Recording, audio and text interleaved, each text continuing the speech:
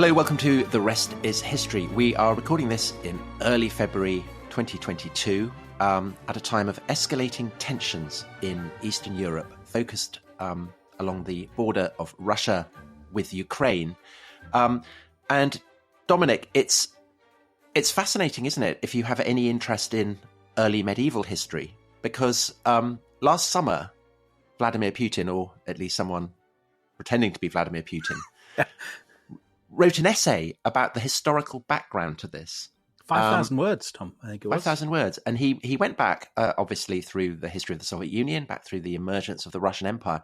But he ended up going all the way back to the 10th century and the emergence of the Kingdom of the Rus.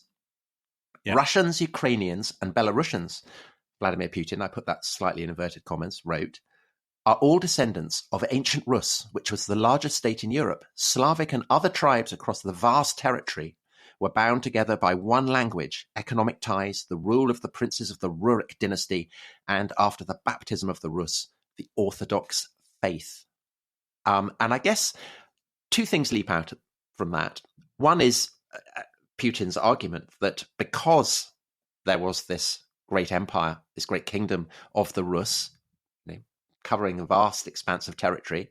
Therefore, everybody who lives in lands that constituted that kingdom properly should be part of Russia, I guess is the kind of implicit argument.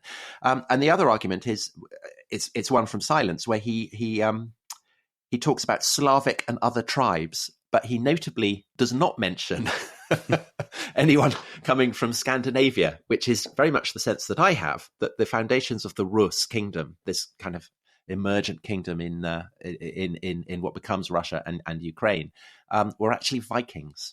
Well, this is a massively controversial issue, isn't it, Tom? So this week's subject is the Vikings in the East, which is this impossibly kind of romantic, violent, exotic, exciting, murky subject, but it's also politically very controversial. So in the Soviet Union, there were massive arguments, and there was a real movement in the Soviet Union to say that basically, okay, there were some Scandinavians, i.e. Vikings there, but they weren't very important. And their cultural imprint was soon kind of, it was lost, buried by Slavic traditions and Slavic culture. And we don't owe anything to these Scandinavians, basically. Yeah, so as I understand it, that argument first developed in the 18th century against the backdrop of Peter the Great's kind of defeat of the Swedes. Yeah. So obviously the Russians then didn't want to think that the foundation of their kingdom was Swedish.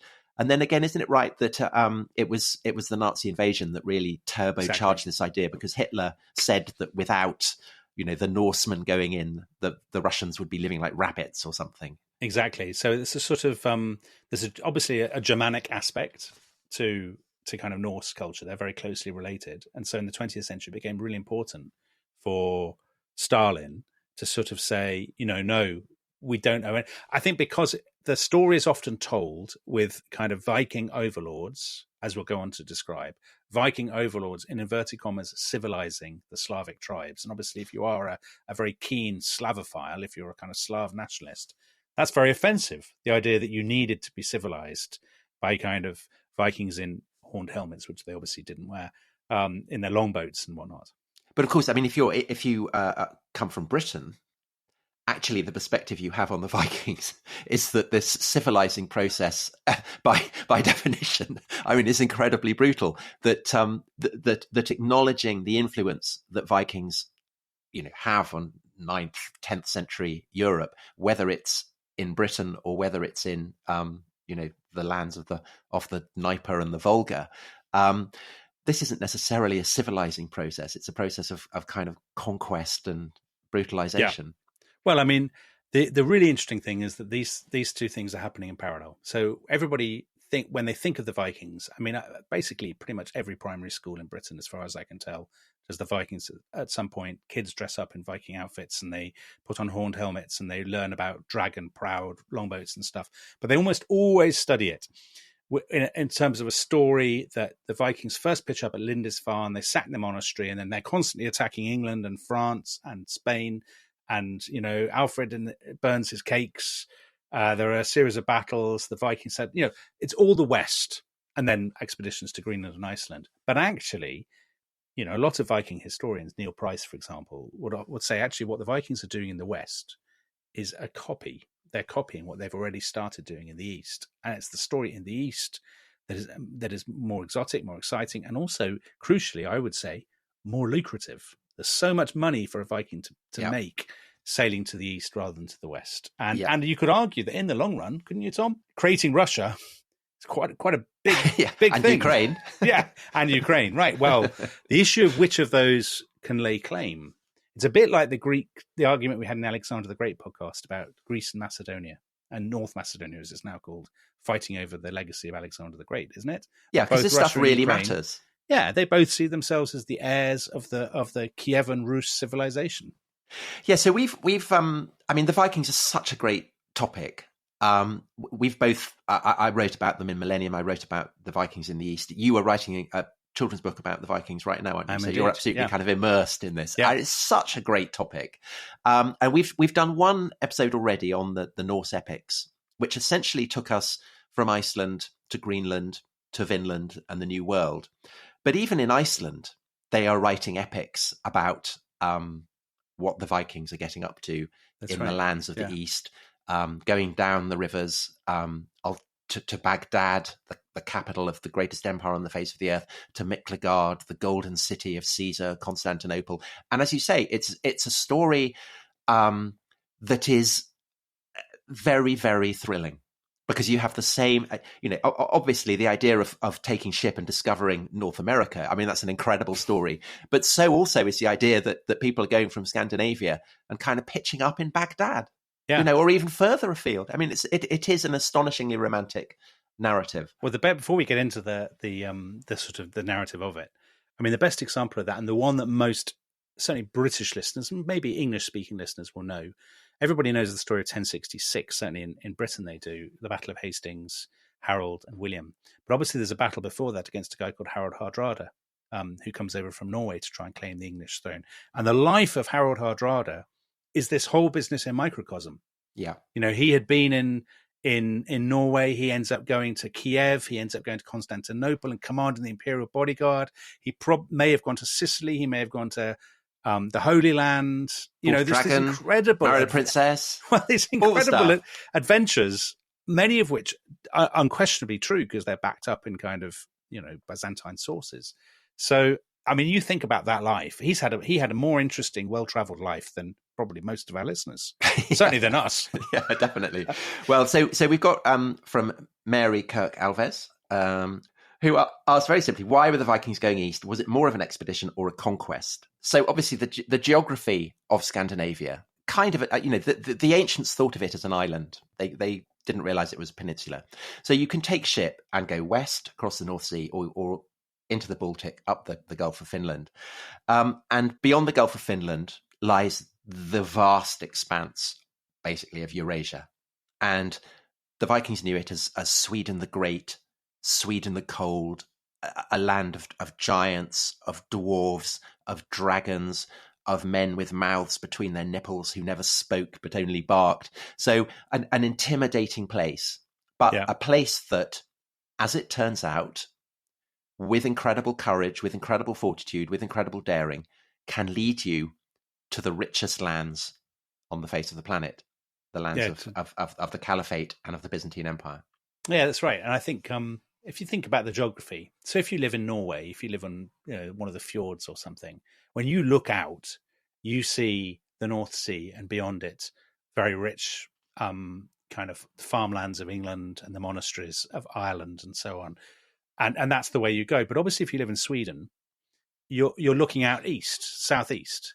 And the first thing you see is an island called Gotland. Have you been to Gotland, Tom? I have. Have you? Yeah, I have. I went there on holiday a couple of years ago. Absolutely amazing place. Beautiful island.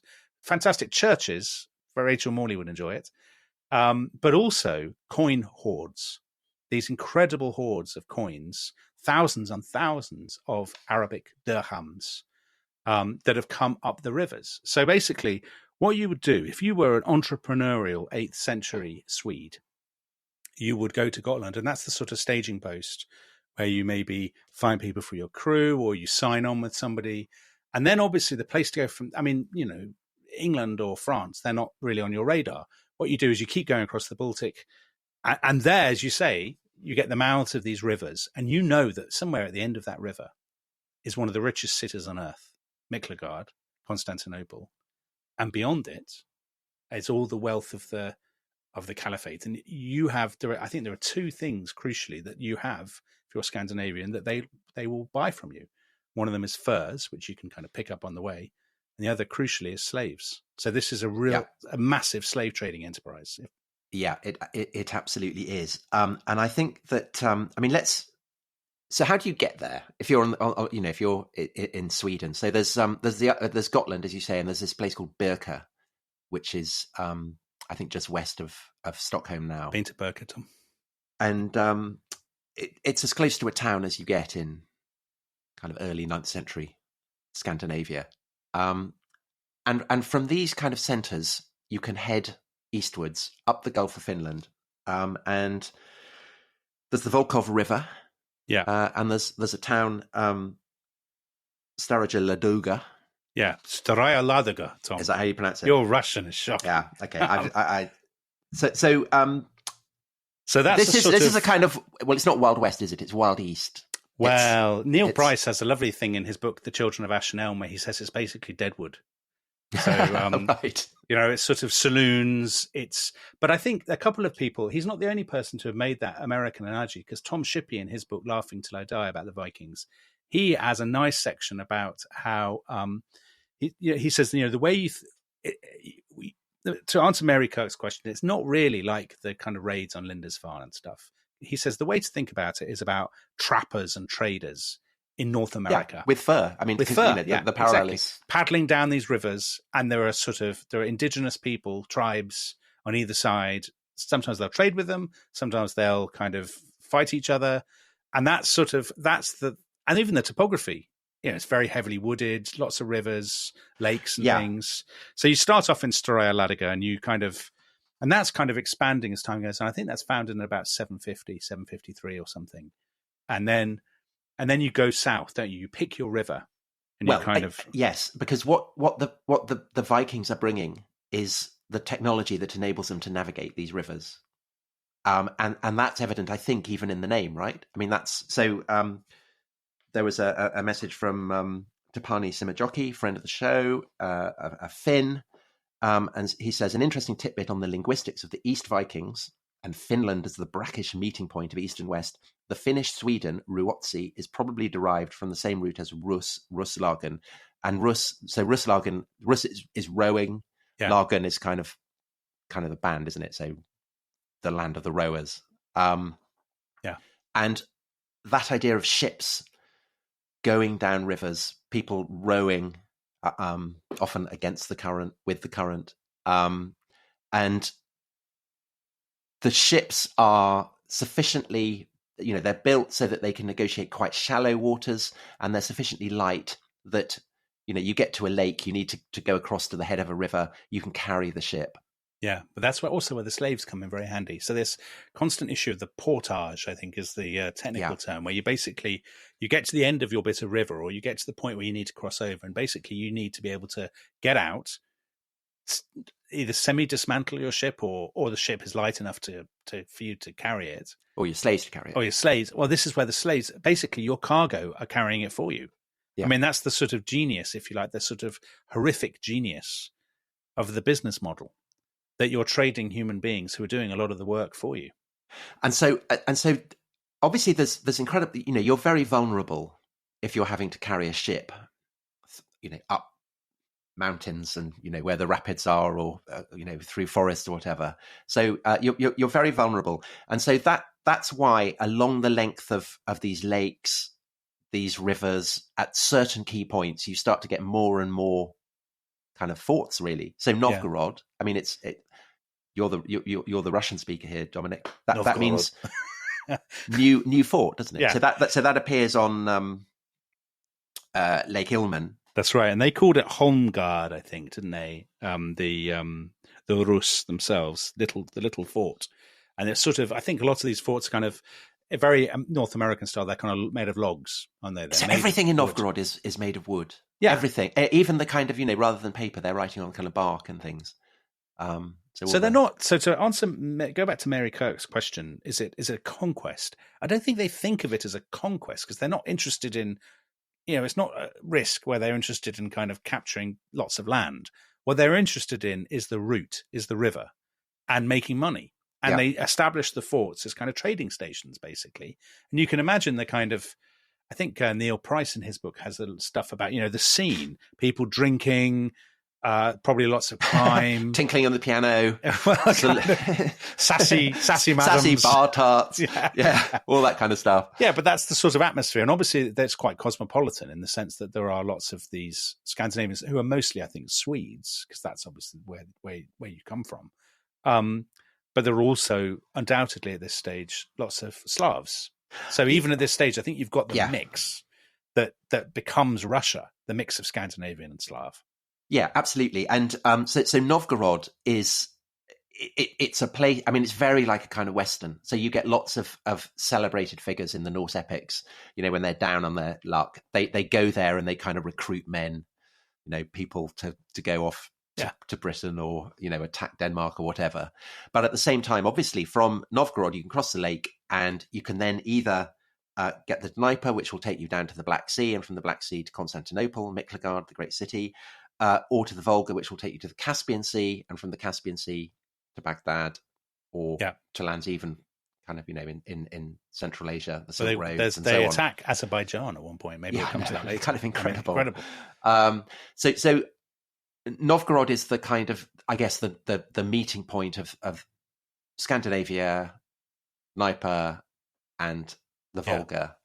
And if you're going the sort of the western route, as it were, the route down to Miklagard, the next stop is what becomes Smolensk. So, I mean, these are, if you think of a lot of kind of well-known Western Russian towns and cities, they have routes along this kind of route, or indeed even further east along the Volga. So Smolensk is a place called, seems to be begun as a place called Nezdovo, and that's the confluence of the Dnieper and the Svinets River. And again, it's the same sort of Wild West kind of atmosphere, but it's like the tension is rising because you're about to approach, as you keep going south, you're going to approach these rapids, these very exciting rapids that bizarrely we know about from this incredible source. You must have a Byzantine emperor, no less. Yeah, who wrote a handbook. Yes, for his son, Constantine VII.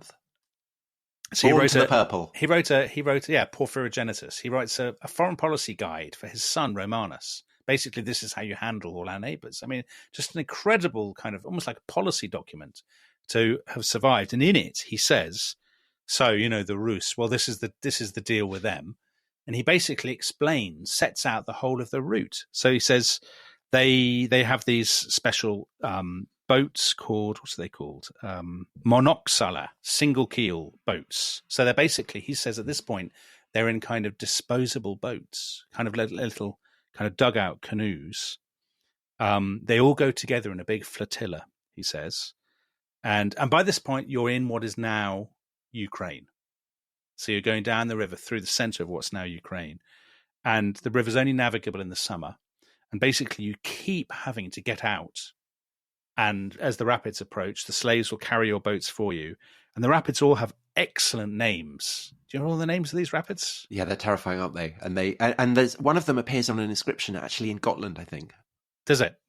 I didn't know that. One of them is called the Drinker, Esupi, the Drinker, Gelandri, the Yeller, Ifor, the Ever Fierce, Leanti, the Laugher, so on and so forth. So they're sort of these weird names for all these different rapids, and they navigate all them. But by the point at which they're coming down, they're coming close to what are more like states and kind of confederations of tribes. Pechenegs. So there's the Pechenegs. Who are terrifying. They're kind of nomad. They've just vanished from history now, haven't they? I don't know. I mean, I think they became Tatars or something. But you wouldn't want to be caught by them. They're nomads. Well, they will cut your head off, and they will make it into a goblet, won't they? Don't they do that later? As we'll discover later in the show. It's very, very Blood Meridian. So they'll do that. And there's also the Khazars, who are incredibly interesting. Yes. Yes. So I mean, so that they are further east, and they're basically a kind of buffer between the Slavs and the Caliphate. So they're nomadic Turkic people, but they amazingly convert to Judaism, which is a distinctive thing to do. Well, they're the world's only Jewish state, aren't they? Between the Roman takeover of the Holy Land and the establishment of the State of Israel in the late 1940s. I mean, which is just an incredible thing to be. And why did they pick Judaism, Tom? Well, the story is, and this again will turn up later when we talk about the conversion of Kiev to Christianity. The leader of the Khazars sends messages to all the various powers to send him a Christian monk, a Jewish rabbi, a Muslim scholar to go and persuade him. And it's the Jewish, it's the rabbi who wins out. And this was the subject of a fabulous novel, I think written in early 80s by a guy called Milorad Pavic, a Serbian novelist, called Dictionary of the Khazars, which is it's kind of a magical realist novel. Very good. I highly recommend it. And so the Khazars seem to, in a weird way, have become Jewish. But it sort of makes sense, right? Because they're stuck between two rival powers. Yeah, a Christian and a Muslim empire. Yeah. So whichever way they jump, they're doomed. So they jump a third way, and it kind of works for them. And I think that to begin with, it's the Caliphate that is really the focus of the energies of the Rus, rather than Byzantium, because it's an absolute peak. We've got lots of questions about silver. So Stefan Jensen, himself a Viking, why are there such enormous amounts of Arabian silver coins in Viking graves across Scandinavia? It's the volume of silver that is really attracting them. And so to begin with, I think that they're going down the Volga much more than they're going down towards the Black Sea. So they're going towards the Caspian. So they have to negotiate with the Khazars, and some of them definitely do seem to have ended up in Baghdad. Well, they're drawn by the silver, but also by the slave markets, right? There's an inexhaustible demand for slaves in Baghdad. Absolutely, yeah. And obviously they are bringing slaves who are Slavs, but they also may well be bringing slaves that they've captured in some of their other raids further north. So there are lots of children's books. I mean, there's a wonderful book by Rosemary Sutcliffe called Blood Feud, where it's the story of a boy, I think it is, who is captured in Wessex. They take him to Dublin, to the great slave markets there, and he ends up, one way or another, he ends up going down the rivers, and he ends up in Constantinople. But obviously he could have ended up in Baghdad. And, it's not impossible by any means to think of quite a lot of, substantial number of possibly Scandinavians themselves, English, Franks, Irish, Slavs going down all that way. Well, I think it is mainly Slavs. And the evidence for that is obviously the fact that we have the word slave. I mean, it's absolutely imprinted on the English language and many other European languages as well. Have you come across Michael McCormick's book, Origins of the European Economy? Which I haven't. It's a really, it's a massive book. And his argument essentially is that the Caliphate, in all, so not just the Abbasid Caliphate, but the Muslim lands of North Africa and Spain as well, are so economically advanced ahead of Europe that all that Europe can provide really is slaves. And so the main provider of slaves is Otto the Great, for instance, friend of the show. So he is, they are harvesting vast numbers of Slavs, and they're being transported through Europe, down through Spain to North Africa. What the Vikings are doing is that they are going to the richest, the heartland of the Islamic world and going to Baghdad. And it's that opens up, the vast kind of stream of silver that they're then able to bring back.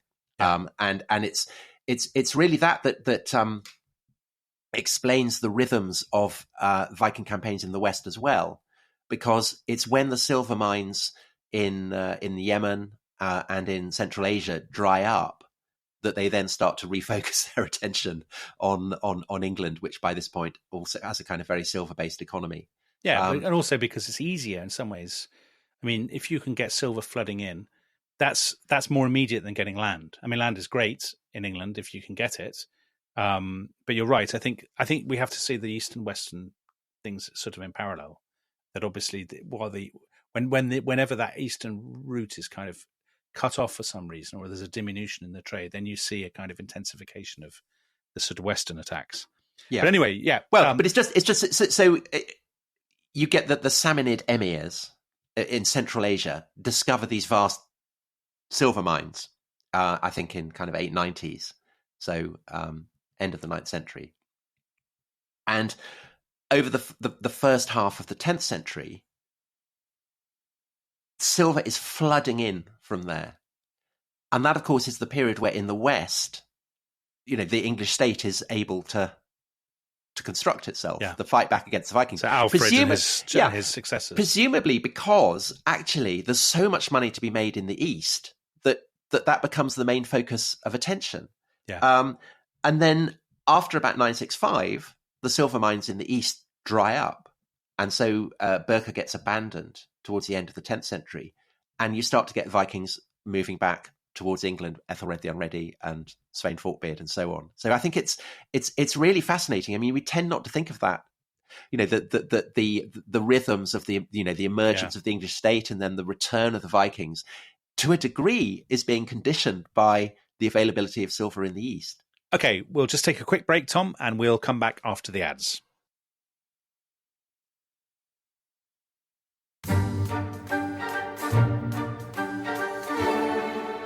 Welcome back to The Rest is History. We are talking about the Vikings in the East, and we've got all kinds of frankly gruesome stuff to come. Now, talking of gruesome stuff, Tom, Yes.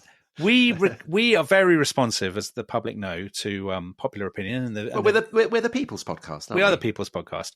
Now, last week, we released 2 podcasts about the trial and execution of Charles I, and they provoked a remarkably intense reaction. Did you see some of the dare one say tweets? intemperate? I don't know whether intemperate is the word.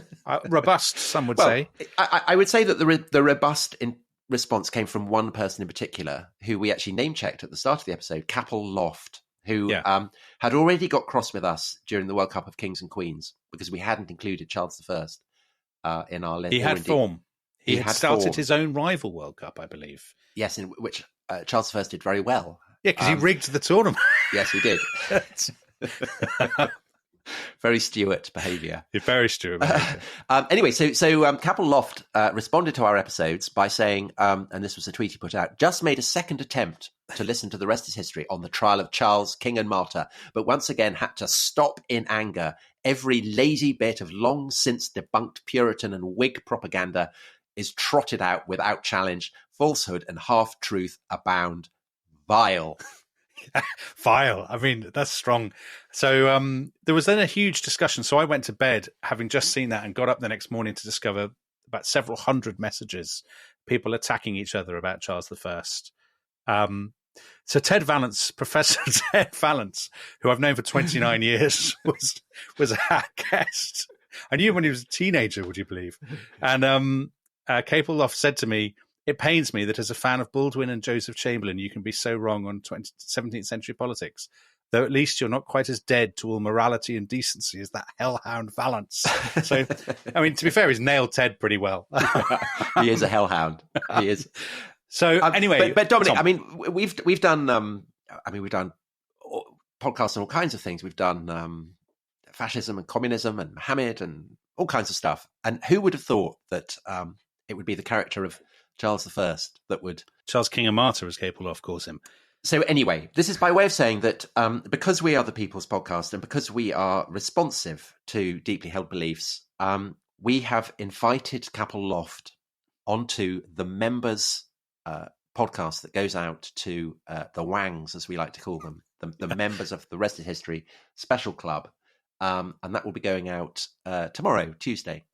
Well, indeed. So if you're a member, you've got that to look forward to. When we'll be debating with him about our treatment of Charles I and what he sees, I think, as the cancer of Whiggery that has eaten into the Rest is History. If you're not a member of the Rest is History Club, this is your opportunity, basically. You don't want to miss out on the big fight. It's massive. Yeah. It's the big sports event of 2022 so far. And you can sign up to that on restishistorypod.com. Excellent. So back to the Vikings. Who were not Whigs. Definitely not Whigs. Definitely immune from the taint of Whiggery, I would say, the Vikings. Not possibly well-meaning. Even more immune to the taint of Whiggery than Capel Loft. And that is saying something. So one last question on this issue of contacts with Baghdad, Tom. Diogo Morgado has an excellent question. Vikings and Arabs, clash of civilizations or trade-based contacts. Did Islam have any influence in the decline of Norse polytheism? Well, I don't have an answer to the second half. The first half, I would say, not really a clash of civilizations. I mean, we have some really, really interesting things written by Arabs about the Norse and saying, they're very dirty or they have weird customs and so on. Maybe we'll come to that. But I would say it's more trade, fascination, exchange and so on. But you'll have your own answer. What do you think? Well, the question of whether visitors to the caliphate, are influenced by Muslim. Do some of them become Muslim? Do they bring Muslim brides back? I mean, the evidence. So there's the grave of a woman in Sweden was found who had a ring with kind of invocation of Allah. Yes. On the ring. Yeah. And various textiles have been found, again, with kind of Quranic phrases woven into it.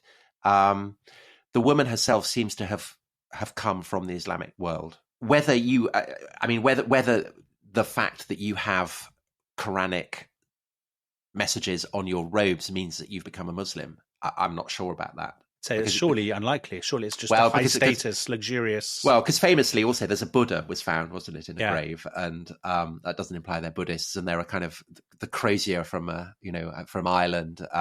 They're basically kind of garnering loot. But I would have thought it wasn't beyond the bounds of possibility that the caliphs were kind of sending missionaries to try and convert at least some of these barbarians. That's what they were doing. So who knows? It's a very kind of interesting question. But Tom, that raises a really, really interesting set of stories. So we do know that there are lots of people who are, Arabs or Arab messengers, envoys, and so on. Ibn Rusta, for example, Miskawaya. That I'm sure my Arabic's not quite that good. Ibn Kuradabhib. And apologies to listeners for Tom doesn't have the courage to do these fantastic Arabic voices, but I do. But the most famous one is Ibn Fadlan. So Ibn Fadlan this is the story that basically anyone who's interested in the Vikings in the East is familiar with. He is an envoy stroke missionary who is sent by the Abbasid Caliph al-Muqtadir to go to the Volga, to the people who live on the Volga, who are Turkic people called the Bulgars. So they're not the kind of Slav Bulgarians that we think of now. They're living on the Volga in what's now Tatarstan. And Ibn Fadlan has been sent there basically as a diplomat, stroke missionary, to build him a mosque. And when he gets there, he finds a load of Vikings. Yeah. And he's quite struck by them, isn't he? I mean, he's quite impressed by them. He says they're as tall as date palms, blonde and ruddy. And he's very impressed by their weapons and their kit and stuff. But they are the filthiest of Allah's creatures. They do not wash after shitting or peeing, nor after sexual intercourse, and do not wash after eating. They are like wayward donkeys. Yeah.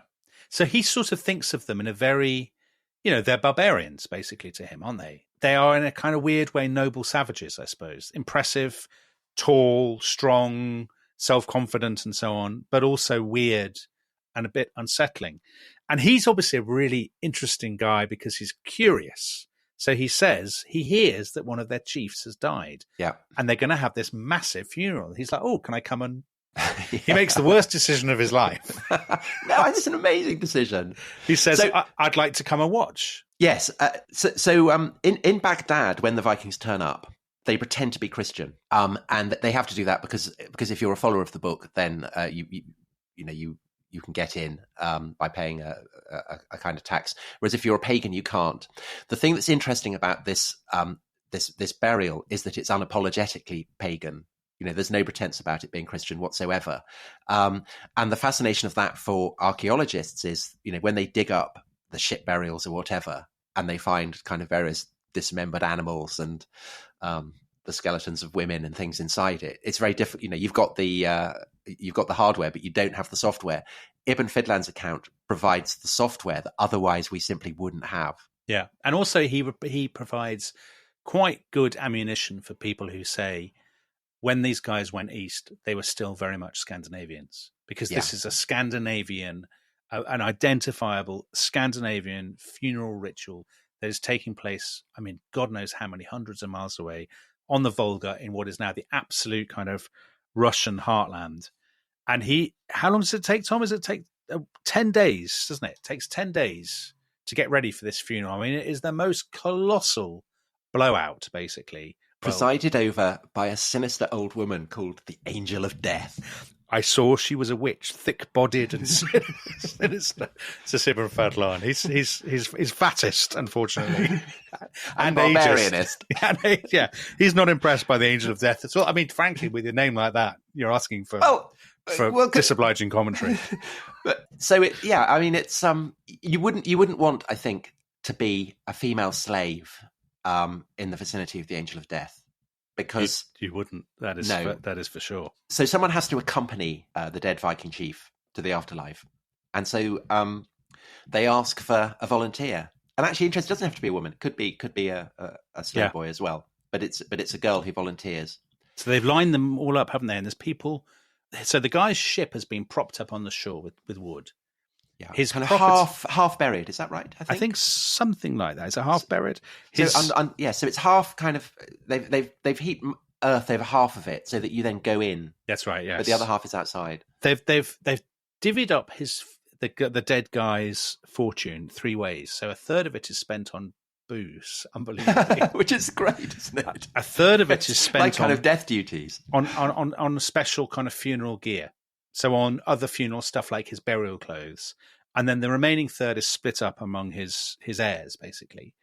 So there's this massive kind of festival atmosphere, and they get the slaves together and they say, "Which of you volunteers?" And Ibn Fadlan watches, kind of fascinated. He's got an interpreter with him who's explaining what's going on, and this girl steps forward. She's a teenager, I think. It's pretty clear she's a teenager. Whether she is coerced or whether she steps forward voluntarily is unclear, I would say.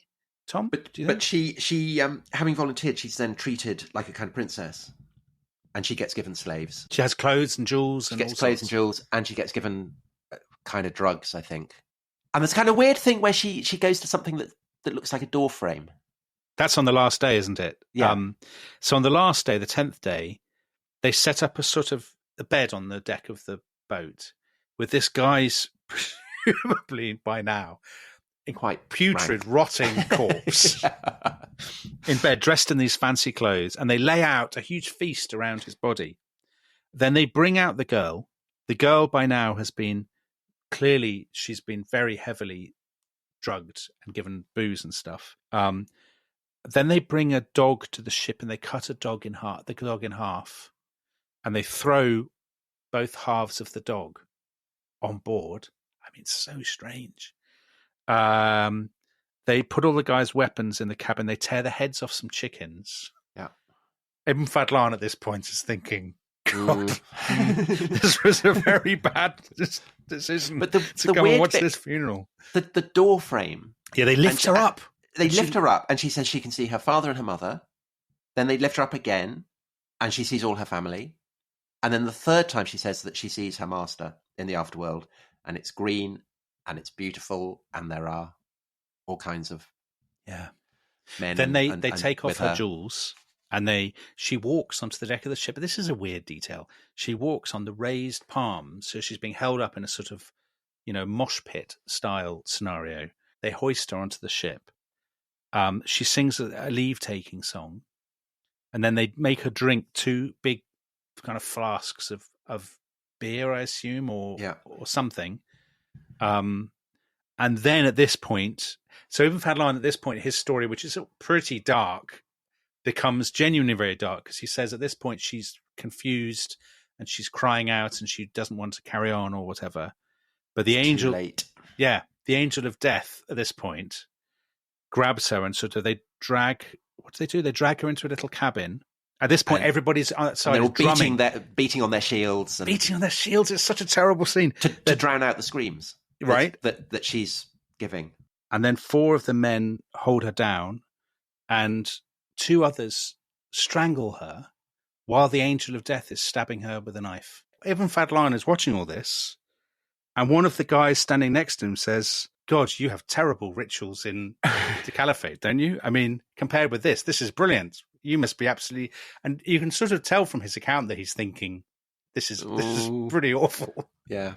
Yeah. It's a really weird. I think it's so weird, isn't it? It's such a weird story, and it's sort of our you get this so much from Neil Price's books, that our image of kind of Viking religion is all very kind of jolly, and it's kind of Thor and his hammer and Odin and all this stuff. But actually, this is the darkness. And I'm not sure about that. I mean, all the main gods are kind of terrifyingly phallic.